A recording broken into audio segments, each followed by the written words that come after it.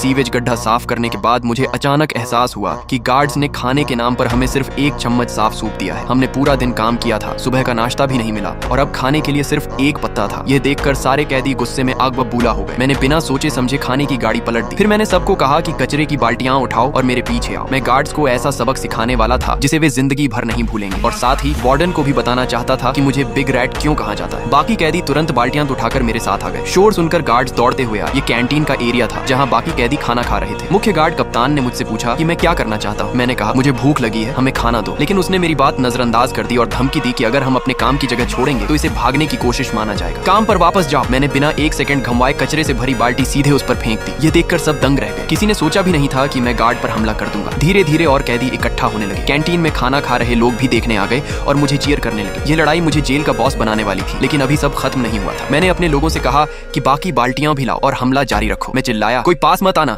वरना गंदगी में नहा जाओगे। कैदी तालियां बजाने लगे। गार्ड कप्तान ने तुरंत बैकअप बुलाया। कुछ ही देर में जेल की रैपिड रिस्पांस टीम आ गई और उन्होंने हमें चारों तरफ से घेर लिया। कप्तान आगे बढ़ा और मुझे चेतावनी दी, अगर 1 कदम और आगे बढ़े तो गोली मार दूंगा। तभी अचानक वार्डन और 3 बड़े लोग वहां पहुंच गए। सारे कैदी जानते थे कि वार्डन कितना खतरनाक है। उन्होंने तो यह भी दांव लगाना शुरू कर दिया कि अब क्या होगा, हमें खाना मिलेगा या सजा। वार्डन ने ठंडे अंदाज में कहा, मैंने तुम्हें पहले ही चेतावनी दी थी, फिर भी तुम ऐसा कर रहे हो। फिर माहौल एकदम तनावपूर्ण हो गया। लेकिन जो हुआ उसने सबको हैरान कर दिया। वार्डन ने मेरी बात मान ली। उसने आदेश दिया, रास्ता साफ करो। सब चौंक गए। क्या? वह फिर गरजा, साफ करो। पूरा माहौल खुशी से गूंज उठा। इस लड़ाई के बाद जेल में मेरी हैसियत और बढ़ गई और ज्यादा कैदी मेरे फॉलोअर बन गए। अब मेरी ताकत गैंग बॉस के बराबर हो चुकी थी। लेकिन इसके बावजूद